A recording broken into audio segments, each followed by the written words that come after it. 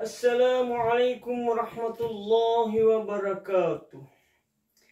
Alhamdulillahi rabbil alamin. Hamdan syakirin, hamdan na'imin, hamdan yukafi mazid. Ashhadu an la ilaha illallah wahdahu la syarika lah. Wa ashhadu anna Muhammadan abduhu wa rasuluh. Allahumma salli ala sayyidina Muhammadin wa ala alihi wa ashabihi wa man tabi'ahum bi ihsan ila yaumiddin, amma ba'd. Ayyuhal hadirun, usikum wa nafsi bitaqwallah, ma'asyiral muslimin wal muslimat, ikhwa fillah. Jamaah yang dimuliakan Allah Subhanahu wa taala, hamdan wa syukran lillah. Pada kesempatan yang mulia ini, mari kita senantiasa bersyukur kehadirat Allah Azza wa Jalla, karena Allah Subhanahu wa taala masih memberikan kesempatan kepada kita untuk sampai saat ini kita masih menikmati berbagai macam nikmat yang dipinjamkan kepada kita. Mudah-mudahan nikmat yang diberikan Allah Subhanahu wa taala itu kita bisa bertanggungjawabkan di hadapan Allah Subhanahu wa taala. Amin amin ya rabbal alamin. Jamaah yang dimuliakan Allah Subhanahu wa taala. Begitupun juga salam salawat kepada baginda Rasulullah sallallahu alaihi wasallam, yang mana Rasulullah sallallahu alaihi wasallam begitu cinta kepada umatnya, kepada kita semua. Mudah-mudahan insya Allah kita senantiasa mendapat syafaatnya. Insya Allah kita akan mendapatkan keselamatan di dunia, dan insya Allah kita akan mendapatkan cinta kasihnya di akhirat nanti, masuk di surga. Surga kenikmatan Allah Subhanahu wa taala. Jamaah yang dimuliakan Allah Subhanahu wa taala, kesempatan yang baik ini insya Allah saya akan menyampaikan sebuah pesan-pesan agama, pesan-pesan kebaikan, serta mudah-mudahan insya Allah menjadi hikmah dan menjadi jembatan kita senantiasa memperbaiki diri dan menjadikan hidup kita lebih meningkat kebaikannya, lebih tinggi kemuliaannya, serta lebih berkualitas hal-hal yang kita harapkan dan kita ingin nikmati, dan insya Allah bisa mendapatkan kemuliaan dunia dan akhirat. Amin amin ya rabbal alamin. Yang mana judul yang akan saya sampaikan adalah 5 kerugian bagi mereka yang meremehkan 5 hal, atau yang mencela 5 hal, atau dalam bahasa kesehariannya adalah dia tidak menyenangi atau merendahkan 5 hal.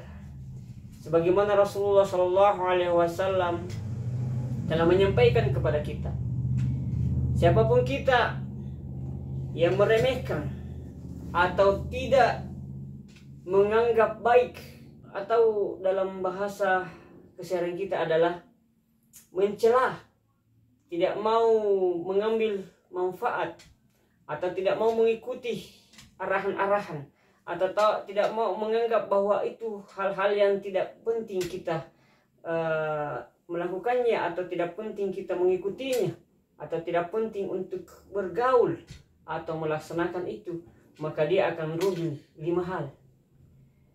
Yang pertama adalah Rasulullah Shallallahu Alaihi Wasallam bersabda. Jadi kalau Rasulullah Shallallahu Alaihi Wasallam min ahanal khamsa khasiral khamsa. Barang siapa yang meremehkan 5 hal, maka dia akan rugi 5 hal.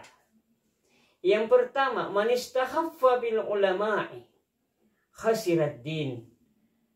Jadi Rasulullah Shallallahu Alaihi Wasallam mengatakan bahwa barang siapa yang meremehkan ulama, ya, barang siapa yang menganggap remeh ulama, tidak mau menghormatinya, atau tidak mau mengikutinya, atau tidak mau mendengarkan, bergaul, atau menganggap rendah, atau menganggap tidak penting dan lain sebagainya, maka apa hasirat din, dia akan rugi dari segi agamanya. Kenapa jemaah yang berbahagia? Karena ulama itu adalah sumber-sumber pengetahuan kebaikan tentang agama. Karena ulama itu adalah memiliki kemampuan atau memiliki segudang ilmu tentang agama. Agama itu adalah penting kita miliki dalam keseharian, dalam kehidupan kita. Karena agama itu akan menuntun kita bagaimana kita bisa sukses di dunia dan bisa juga selamat di akhirat. Agama itu adalah penting kita harus pahami. Karena agama mengajarkan kepada kita bagaimana hidup ini bernilai, bagaimana hidup ini aman, bagaimana hidup ini tentram, bagaimana hidup ini bahagia, bagaimana hidup ini teratur, bagaimana hidup ini damai, bagaimana hidup ini bersih, bagaimana hidup ini nyaman, bagaimana hidup ini merasakan kelezatannya. Sehingga bukan cuma hidup ini baik, akan tetapi bagaimana keselamatan kita di akhirat diatur, dituntun, diajarkan dalam agama itu. Nah, ketika seseorang jamaah yang dimuliakan Allah Subhanahu wa taala meremehkan ulama, maka dia akan rugi agamanya. Kalau dia rugi agamanya, maka dia termasuk orang-orang yang merugi atau dia akan menyesal. Kenapa? Karena tidak akan mendapatkan cahaya-cahaya agama, tidak bisa mendapatkan pencerahan atau bagaimana agamanya menjadi baik. Kenapa? Karena dia meremehkan. Kalau kata-kata meremehkan berarti dia menganggap enteng, menganggap rendah para ulama. Dia tidak mau bergaul. Kenapa? Dia tidak mau mendekat. Kenapa? Karena dia menganggap tidak ada pentingnya. Dia menganggap tidak ada keuntungannya. Dia menganggap tidak ada baiknya dan lain sebagainya. Akhirnya jemaah yang berbahagia, agamanya akan hilang. Bahkan agamanya tidak, dia akan rugi dari agamanya. Kenapa? Karena tidak terpenuhi tentang ilmu-ilmu pengetahuan dan bagaimana agama itu bisa berjalan dengan baik dalam hidupnya.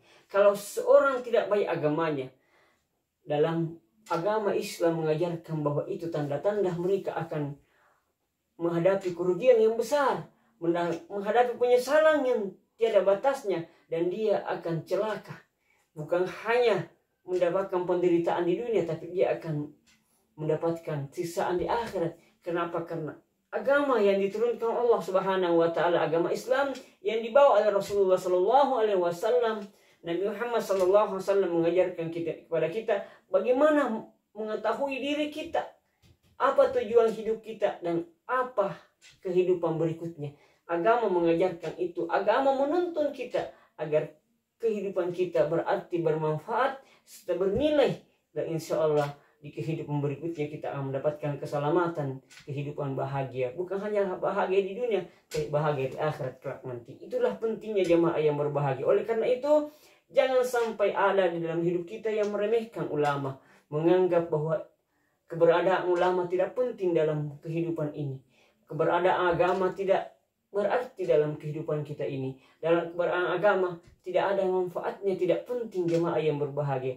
Makanya orang yang seperti itu, mulai saat ini, mulai dari kesadaran yang penuh dalam diri kita, jangan sampai kita meremehkan para ulama. Karena akan berakibat fatal dalam hidup kita. Kita tidak bisa terpenuhi agama-agama kita. Tidak bisa kita, agama itu bisa sempurna dalam hidup kita tanpa pencerahan, tanpa pengetahuan, tanpa ajaran didikan dari para ulama yang diberikan amanah oleh Allah dan Rasulnya sebagai warasatul anbiya, sebagai pemimpin atau mengarahkan kita untuk memenuhi agama. Bagaimana salat kita bisa bagus? Bagaimana sahadat kita sebagai pondasi awal bisa bagus? Salat kita bisa betul-betul terlaksana dengan sempurna. Kemudian kita bisa memahami tentang zakat, puasa, dan haji, serta ibadah-ibadah lainnya, kalau bukan tentang pengarahan dan pendidikan para ulama. Makanya jamaah yang berbahagia, dekati ulama kita. Ulama sangat penting dalam kehidupan kita. Ulama tidak bisa kita pisahkan untuk memperbaiki diri kita, untuk menjadikan agama Islam itu semakin hari semakin meningkat pengetahuan kita. Kalau semakin tinggi pemahaman kita tentang agama, ilmu agama semakin meresap dalam diri kita, maka itu tanda-tanda Anda lah orang-orang yang mendapatkan kebahagiaan dunia dan akhirat, dan Anda lah orang yang insya Allah selamat dunia dan akhirat. Dan itu kita cita-citakan semua, bukan hanya kita bahagia di dunia, tapi insya Allah kita juga selamat di akhirat nanti. Intinya adalah mari kita mendekatkan diri kita pada ulama untuk belajar ilmu pengetahuan agama, terkhusus bagaimana ibadah kita di hadapan Allah Subhanahu wa taala benar dan sempurna kita lakukan. Itu sumbernya dari ilmu-ilmu para ulama kita yang dimudahkan amanah sesuai dengan apa yang diajarkan oleh Allah dan Rasulullah SAW. Itu yang pertama.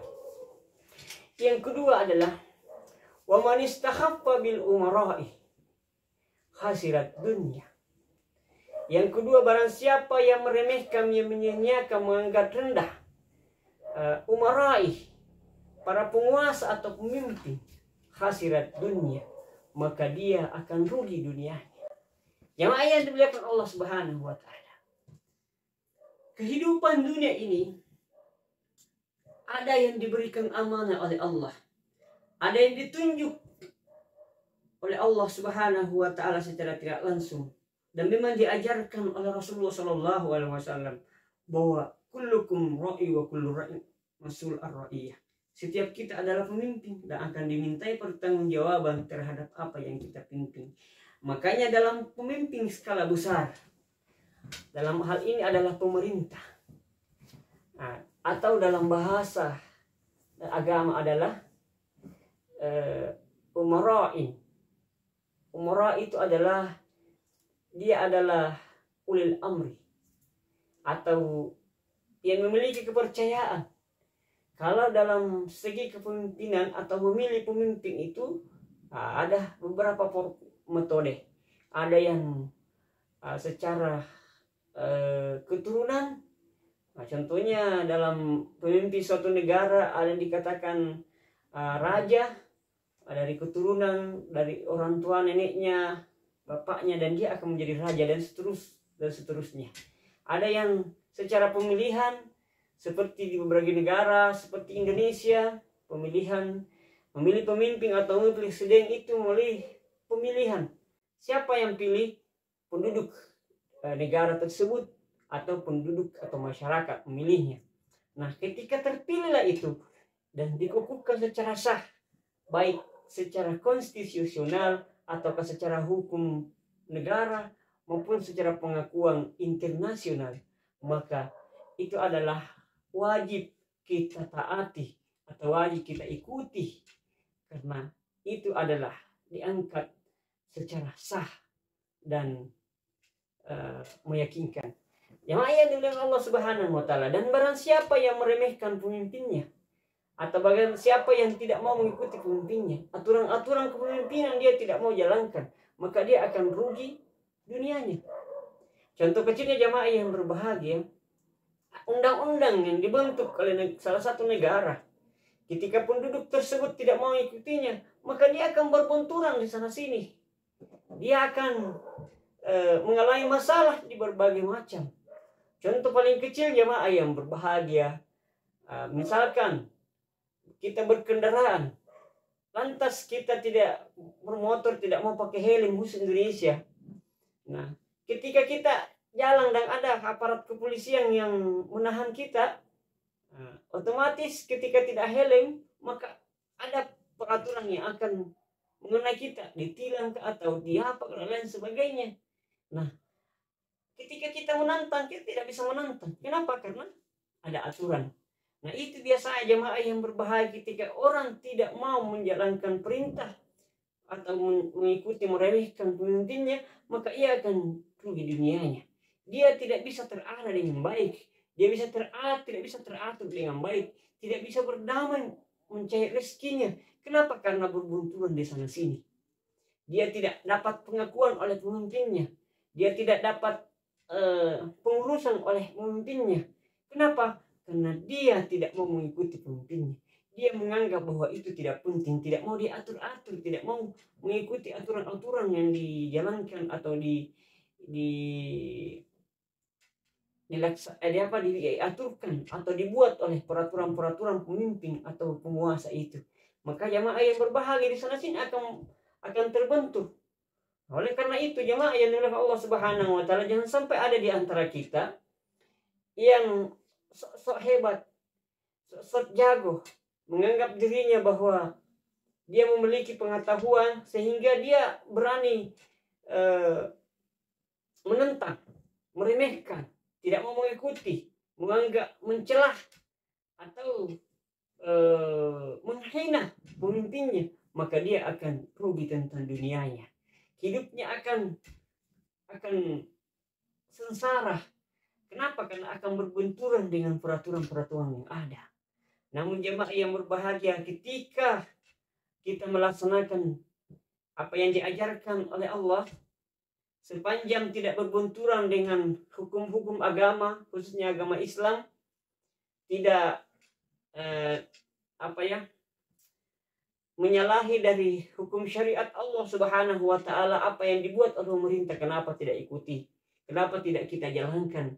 Karena itu adalah persoalan-persoalan kebaikan, ketatanan keduniaan kita, tatanan kedamaian hidup kita. Karena peraturan yang dibuat oleh pemerintah itu sebenarnya adalah bagaimana supaya berjalan sesuai dengan apa yang kita harapkan bersama. Contoh kecilnya, ada undang-undang yang dibuat oleh pemerintah. Untuk siapa undang-undang itu? Untuk kita sebagai pedoman dan untuk kita sebagai jalan keluar dari permasalahan-permasalahan yang akan ada. Ketika ada pelanggaran, maka hukumnya, sanksinya seperti ini. Dan itu adalah untuk kebaikan kita, untuk kenyamanan kita, untuk ketertiban kita. Karena kalau tidak ada hukum yang mengatur, yang diatur oleh penguasa atau pemimpin, maka akan kacau ini, akan kacau kehidupan. Karena apalagi kalau sebuah negara jamaah yang berbahagia, tidak semua penduduknya itu satu agama, mungkin berbeda agamanya, ada agama A, C, B dan lain sebagainya. Makanya dalam negara itu tidak serta-merta satu hukum agama yang diaturkan, karena ada beberapa budaya yang berbenturan. Sepanjang jamaah yang berbahagia, kita tidak diganggu oleh akidah kita, tidak dipaksa-paksa oleh akidah kita, tidak ternodai oleh akidah kita sebagai umat Islam, maka wajib kita ikuti peraturan itu. Wajib kita mengikuti apa yang diaturkan oleh penguasa kita. Namun ketika itu bertentangan dengan syariat, maka kita lakukan sesuai dengan peraturan dan sesuai dengan perundang-undangan yang berlaku.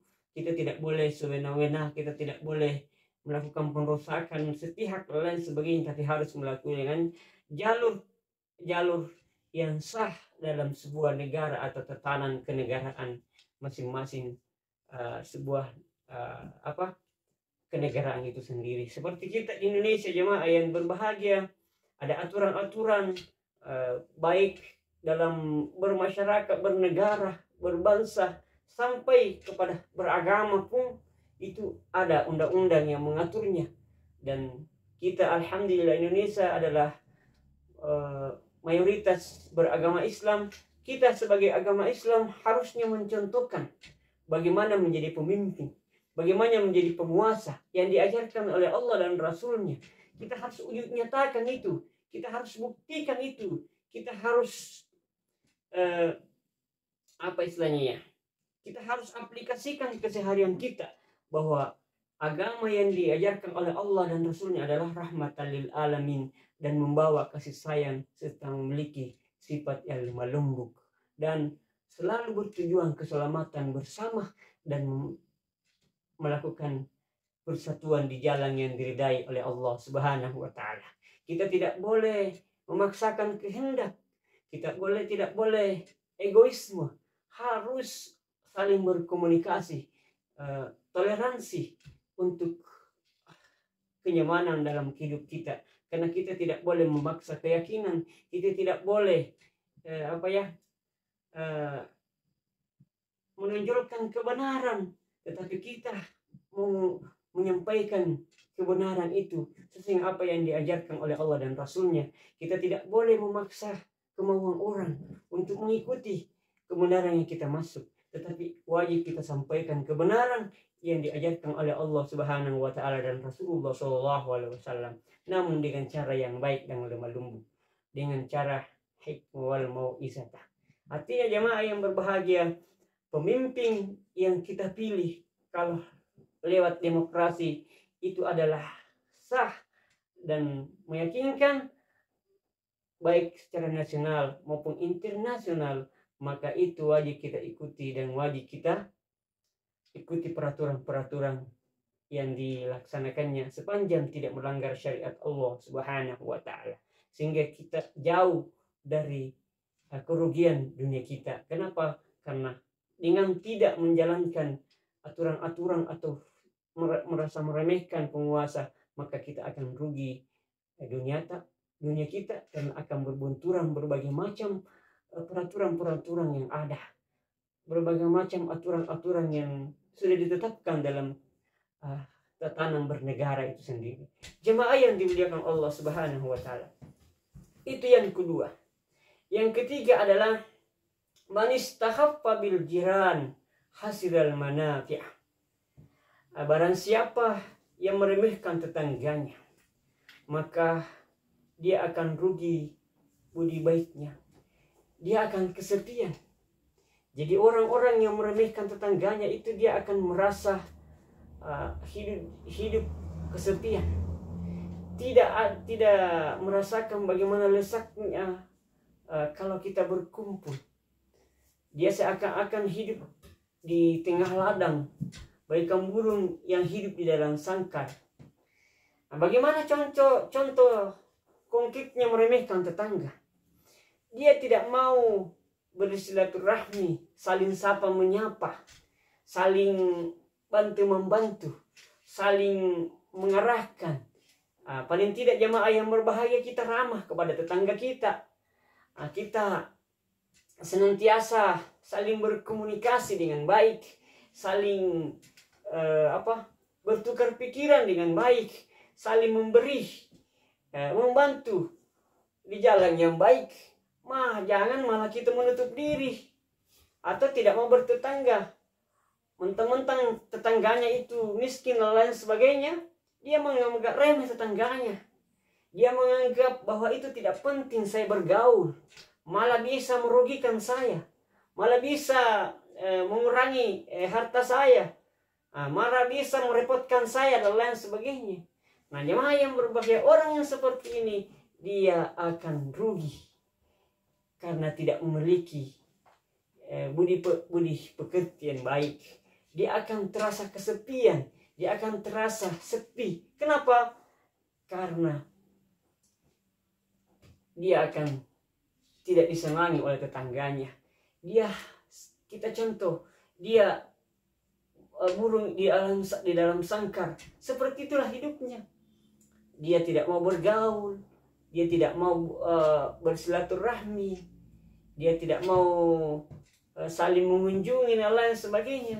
Makanya orang-orang seperti ini jamaah yang berbahagia, dia akan merasa kesepian, dia akan merasa tertekan. Kenapa jamaah yang berbahagia? Karena dalam hidupnya dipenuhi dengan kesendirian, karena dia tidak mau bergaul dengan teman-temannya. Apa yang terjadi ketika ada masalah? Siapa yang membantu kita duluan? Siapa yang akan menolong kita kalau bukan tetangga kita? Makanya jamaah yang berbahagia, Rasulullah SAW mengajarkan kita bahwa barang siapa yang meremehkan tetangganya, maka dia akan kehilangan lezatnya budi pekerti yang baik. Dia akan merasa kesepian, baik yang hidup di dalam ladang atau dalam kandang, atau seperti sarang burung ya, hidup di dalam sangkar burung itu. Contohnya jamaah yang berbahagia. Maka jauhkan sifat-sifat meremehkan tetangga kita, tidak mau bergaul, tidak mau saling menyapa, tidak mau bertutur kata yang baik, tidak mau saling membantu, tidak mau saling menolong, tidak mau berkomunikasi dengan baik, takut direpotkan, takut di apa ya, apa yang merugi, kekurangan dan lain sebagainya. Maka insya Allah kalau kita hindarkan itu, kita termasuk orang-orang insya Allah mendapatkan kasih sayang ketika tetangga kita ajak komunikasi dengan baik. Karena kalau yang menolong kita, walaupun ada kita keluarga banyak, tapi dia ada di tempat lain, dia ada di provinsi lain, ada di kabupaten lain, bahkan ada di negara lain, dan jamaah yang berbahagia, maka yang paling pertama menolong kita adalah tetangga kita. Maka jangan remehkan tetangga kita. Ada juga itu saking tidak maunya berkomunikasi tetangganya, itu tembok-temboknya tinggi semua, ya pasang tinggi kawat dan sebagainya, sampai-sampai jemaah yang berbahagia dia tidak pernah tahu siapa yang ada di sekitar, di sekeliling, di tetangganya, apa yang terjadi di tetangganya. Nanti akan terimbas jemaah yang berbahagia. Contohnya terjadi suatu kebakaran di tetangga, maka tak akan terimbas ke rumah kita. Ada terjadi peledakan dan lain sebagainya tetangga, karena ada perakitan yang berbahaya, kita akan terhimbas juga. Makanya jemaah yang berbahagia kita harus saling safa, saling memperhatikan dengan baik, saling menuntun dengan jalan yang diridai Allah Subhanahu wa taala, supaya kita mempererat silaturahmi kepada tetangga kita, dan kita jalin persatuan untuk kebersamaan di jalan yang diridai oleh Allah Subhanahu wa taala. Itu yang ketiga. Yang keempat adalah wa man istakhaffa bil akraban hasiral mawaddah. Barang siapa yang meremehkan keluarganya, maka apa yang terjadi? Dia akan rugi kasih sayang. Hatinya merasa kerdil, tidak mendapatkan siraman kasih sayang dari keluarganya. Jadi jemaah yang berbahagia, barang siapa yang dalam hidupnya tidak menghargai keluarganya, contohnya dia tidak menghargai mamanya, tidak hargai bapaknya, tidak hargai kakaknya, tidak hargai adiknya, tidak hargai tantenya, tidak hargai pamannya. Apa yang terjadi? Saya bermusuhan, tidak hargai sepupunya lain sebagainya. Akhirnya dia saling bermusuhan jemaah yang berbahagia. Dia meremehkan keluarganya. Dia tidak mau bergaul, dia tidak mau saling menyapa dengan cara yang baik. Malah justru jemaah yang berbahagia, gara-gara sedikit dia menyakiti hatinya keluarganya, menyakiti hatinya pamannya, menyakiti hatinya tantenya, menyakiti hatinya sepupunya dan lain sebagainya. Kakaknya gara-gara harta, dia mengeluarkan kata-kata, dia mengeluarkan kalimat yang bisa menyakiti hatinya, bisa membuat suatu permusuhan. Akhirnya rengganglah suatu kekeluargaan itu. Itu tandanya mereka meremehkan keluarganya, tidak mau bagaimana caranya dia untuk memperbaiki. Dia tidak mau bersatu, malah seperti dia keluarga tapi lebih dekat orang lain, lebih enak diajak komunikasi. Kenapa? Karena di hatinya itu ada keirian, ada kebencian, gara-gara harta, gara-gara barang-barang, gara-gara tanah, sawah, kebun dan lain sebagainya, atau fasilitas lain. Maka dia rela mengorbankan persaudaraannya gara-gara apa yang ingin dimilikinya itu. Karena kerakusannya dia ingin memiliki sesuatu. Akhirnya apa yang terjadi jemaah yang dimuliakan Allah Subhanahu wa taala? Dia rela menyakiti hatinya keluarganya. Dia rela berpisah dengan keluarganya. Dia rela bermusuhan dengan keluarganya. Bahkan dia rela menjadikan sesuatu yang di luar nalar. Dia menyakiti, bahkan dia rela menghilangkan boleh dikata kehidupannya, merusak kehidupannya keluarganya. Dia rela memutuskan hidupnya keluarganya demi untuk ingin mencapai sesuatu. Itu ada, Pak. Ada, Bu.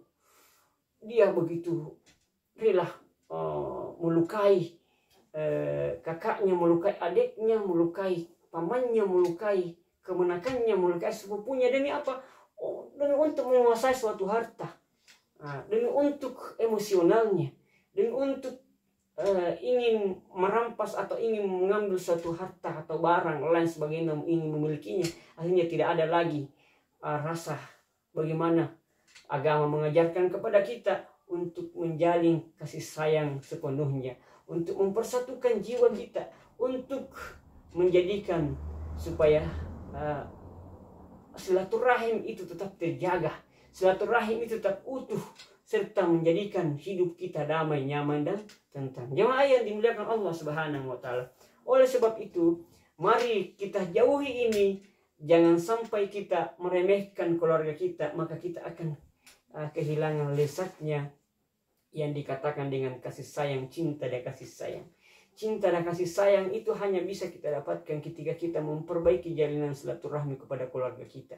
Jangan gara-gara harta kita rela ingin bermusuhan dengan keluarga kita sendiri. Mari kita sadari betul-betul. Jangan karena kita anggap bahwa ini keluarga aku sudah memiliki ini, memiliki, kita ada rasa riah sehingga muncullah ingin mengambil sesuatu, asalkan ada yang kecil masuk untuk mengambilnya. Kita mau mengambilnya itu tidak memperhatikan terlebih dahulu bahwa persaudaraan itu yang paling penting. Kasih sayang bersaudara itu adalah paling penting. Walaupun harta banyak, tetapi kita saling bermusuhan, sebenarnya itu adalah neraka dunia.